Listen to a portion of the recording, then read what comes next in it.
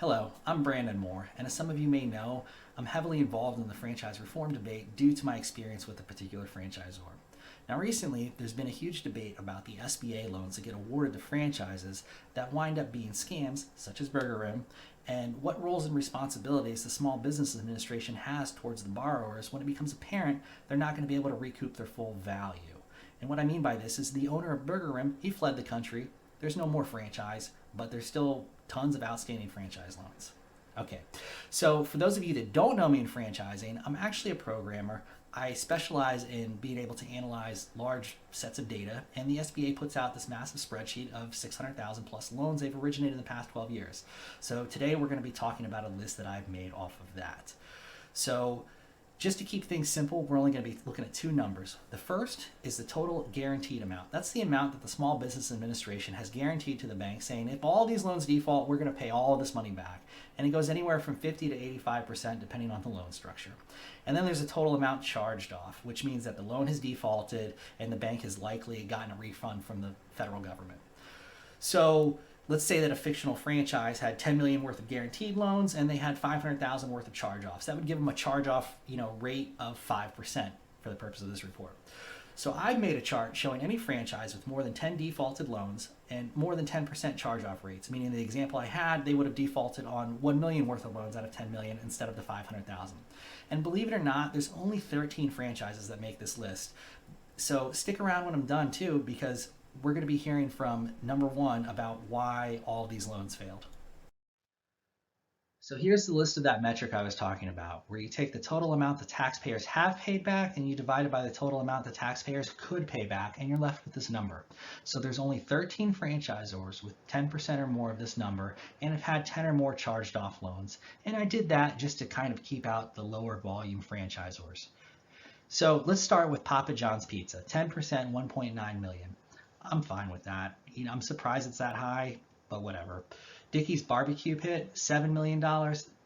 Dickey's is interesting. They were the subject of a report put out by Cortez Masto last year talking about how franchisor practices can impact SBA loan repayment ability and some recommendations for that.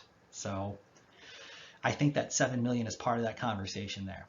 So moving up the line, next to 1000 Degrees Pizzeria, 1.6 million at 23%. They're interesting because all of their loans have failed so far. They've only had a couple dozen and nothing has completed successfully. So I'm curious what's going on there. Experamac and Embroid Me. So these are part of United Franchise Group, which is kind of notorious in franchising. They were their predecessor was the subject of a FTC fine back in the 90s of like $3.5 million. So I'm not surprised to see them here. What I am surprised is that they were allowed to get SBA loans for their franchises. And lastly, we have Dental Fix at 48%. Yes, meaning 48% of the guaranteed amount that the taxpayers have, covered has been paid back to the bank. Okay, so we're going to listen to the CEO now discuss what happened with these loans. When we looked at the number of franchisees that failed, the vast majority on it. I don't quote me on the number, but I want to say we looked at the data. It was like 90% of our failures were the ones that took bank loans. So for me, my correlation of it was I don't have any skin in the game. If Brandon would have taken the money from his savings account or from his wife, he wouldn't have walked. He would have known that was real money. But because it was monopoly money, it was bank's money, he just walked. I saw it happen over and over and over again. And as soon as we saw it happen, I stopped. Right, monopoly money, and nothing to do with the fact that this guy ran a scam for a couple of years. Totally makes sense.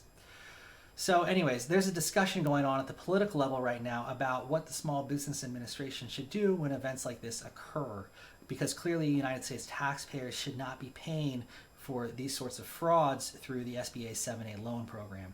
In fact, just last year, Nevada Senator Catherine Cortez Masto released a report titled Strategies to Improve the Franchise Model, where Dental Fix got mentioned heavily, but in it she also gave several recommendations. In the section titled What Can the Small Business Administration Do?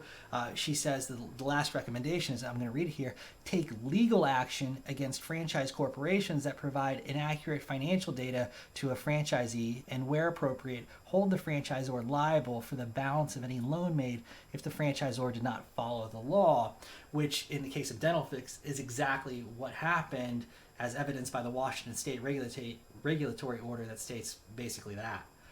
So by now you're probably wondering, okay, this guy knows a little bit more about the situation. Well, I'm actually leading a pack of about 20 franchisees, and we're trying to get out from underneath this guy's scam. The SBA is breathing down our necks for the ones that still have the SBA loan, and we've been making some progress. So never before has a situation occurred where there's litigation occurring, there's multiple regulatory orders, but most importantly is that these sorts of political questions are being asked. And that's the key part here. So we think that there's a chance for some real action. So my asks to you, and I don't care how you get it to them, whether it's Twitter, Facebook, email, phone, snail mail, postcard, please let the Small Business Administration know, whether or not you think we should follow Senator Catherine Cortez Masto's recommendation and pursue the franchisor for the balance of these loans, because the alternative is that basically the taxpayer pays for yet another scam through the SBA's loan program, and honest, hardworking Americans, the franchisees that got defrauded, get bankrupted because of that. I don't want that to happen. And I get that this is a unique situation, but your voice would really help. So if you please could drop the SBA line, we'd really appreciate it. So thank you for taking the time. And if you have any questions, get in touch. Thank you.